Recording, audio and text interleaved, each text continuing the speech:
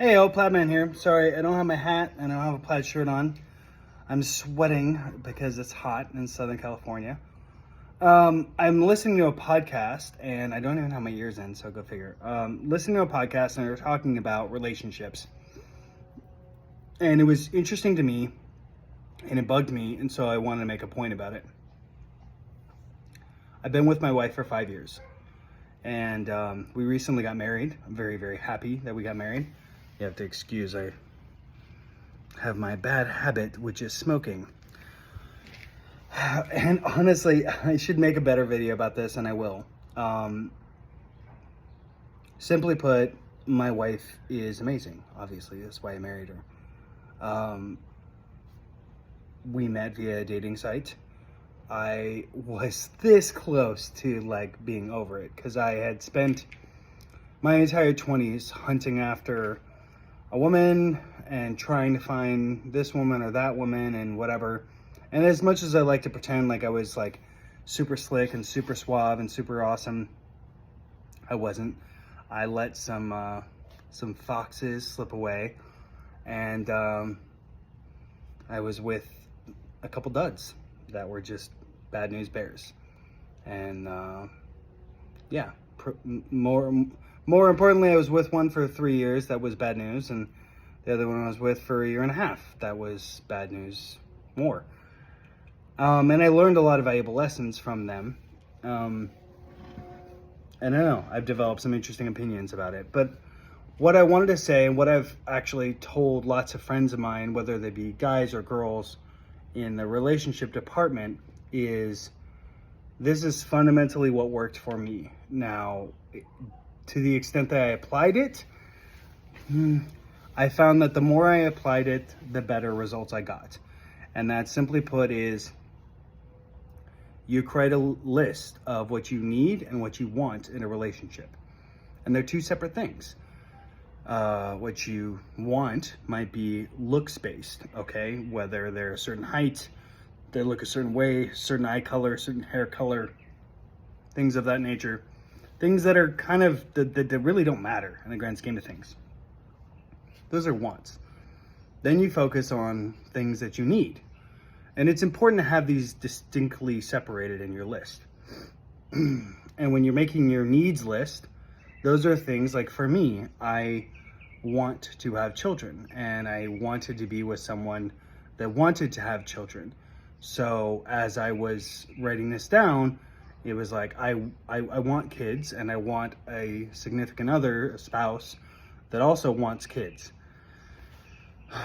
And I find even with that, it's like, even with the small things, you realize, oh my God, there's so much variables and there's so many things that you can't really account for.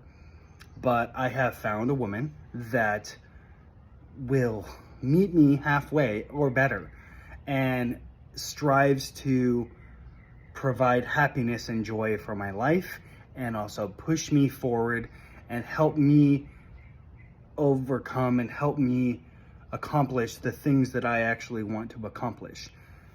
That isn't to say that my wife intends to change me.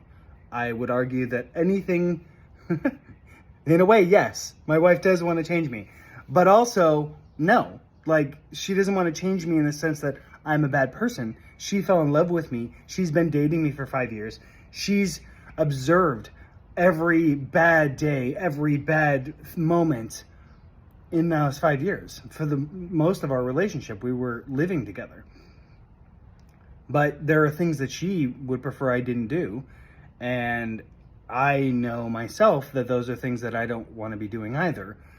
And it's amazing to have a person who can understand that and go there with me. So I don't suggest for women that you attempt to change a man. If you find a guy, if you've written your list of needs and wants and you're like, oh, cool, yeah, I want this in a guy, and he doesn't have it, right?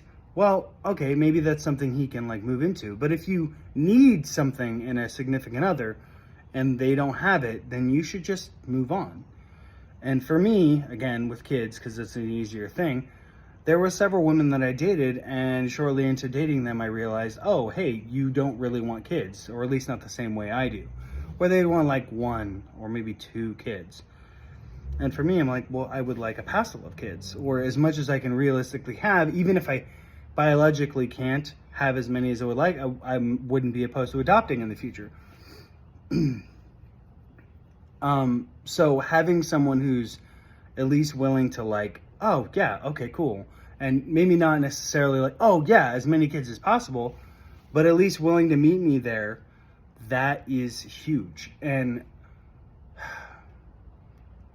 the last thing I can say, and I didn't really mean to make this, but it was so interesting listening to this podcast from Tim Pool's Culture Wars, which I highly suggest watching Tim Pool, listening to his podcast, because he's not someone I agree with wholeheartedly, but he is someone who's in between me and other people I wholeheartedly disagree with, and he makes interesting points on both spectrums. So for me, where I'm trying to understand the other side and other people's perspectives, it allows me to be like, oh, okay, got it. I don't agree, but okay. That's palatable to me. Anyways, you have these people on the red pill side, these men who are like, hey, you need to drink whiskey, you need to be like this, you need to be super masculine, yada, yada, yada. And it's like, oh, okay, fine, but that's stupid. That's stupid. Like, go and live your life, do your goals, do your thing, find a person, for the men, find a woman, right, or a person who will support you, who will help you accomplish your goals, whose goals you also want to help and support. It goes both ways, okay? Any good relationship goes both ways. You can live in the world. You can be in a situation where the man's making all the money and the woman's doing all the other stuff. That's okay too. But either way, it goes both ways. The man needs to support the woman supports the man. My current boss and his wife are 2 of the most fabulous people I've ever met in my entire life. They have 4 beautiful children. And he has been working his entire life. For the large portion of their relationship, she has also been working at the school, mainly to help pay for their private school education of their 4 children.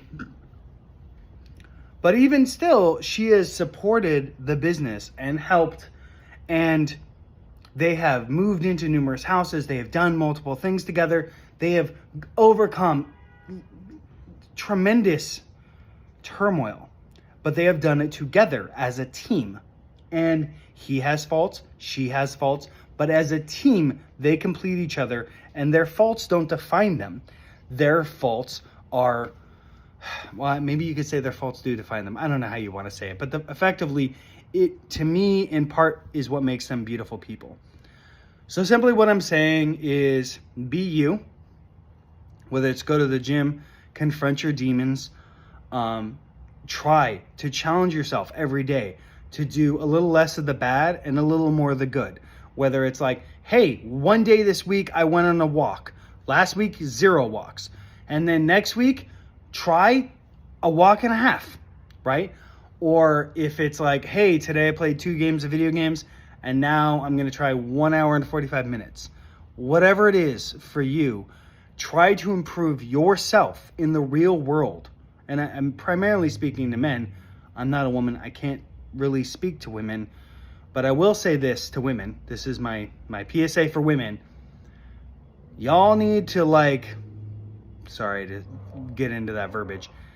Women in general need to come up with a unified front and an agreed upon logical approach, because you won't listen to what men are saying. You don't like it. That's fine. But you need to have some sort of organization and some sort of like coherent message, because modern feminism will not serve you. It is going to be the death knell for women everywhere. So women who are not into modern feminism, but into women empowerment and women, sorry, I'm not pointing to myself like I'm a woman, but into women empowerment and strength of character and will and intelligence and ability and all those myriad of things that your average woman can do. Like, the average woman can handle 10 things at once without a problem. Whereas your average dude can't handle more than like one thing or two things. And then he's like, oh my God. And it doesn't mean men are bad, because men are hyper capable at other things. It just means that on average, women tend to be super fantastic at certain things. Your average woman is super fantastic at certain things. And your average guy is super fantastic at other things. These are, like with anything, if you're on a team, these are pros and their cons. And when they're matched with the right person, it works out. It is tremendously important for you as women, as individuals, to look at and acknowledge your faults. While you're looking at and acknowledging the faults of the men in your lives, right? And to own that and get with other women and get with other men who are friends and be like, how do we form a symbiotic relationship with this, right? Because it's not a bad thing. Being bad at certain things is not a bad thing. Nobody out there is perfect at all the things. Nobody out there can just do it on themselves. They need to have a teammate. So if you're single, write a needs and wants list, right? Also, figure out what you want to do with your life. Figure out what you want to do with your life. Figure it out. Go out and about and be like, this is what I want to do. And then do that. And then involve yourself in groups and hobbies and things that you want to do. And you have that list in the back of your mind of needs and wants. And then you will find a significant other that's like, holy moly, I was doing my favorite hobby and then this person came up and like, wow. It's not hard. It's not hard. People have been doing it for thousands of years. So with all this technology, it should be exponentially easier. But unfortunately, we've added all this other stuff with premarital sex and this and that and LGBTQ and all this other whatever. Go back to basics. Acknowledge yourself. Really find yourself and who you are. And you don't have to be perfect. You're never going to fully figure it out yourself. You're always going to try and find more things about yourself. That's great. But then really understand what you want to be and what you want to do. Also find out what you need and what you want in a partner. And then go live your life and you will find that person. And you'll be happier for it. That's it. This is way longer than I intended to be. And the light's going out and I don't want to turn on the other light. I love you all. Plaid Man out. We're doing more videos. It's wonderful. Love you. Like, subscribe, comment. Thank you. Bye.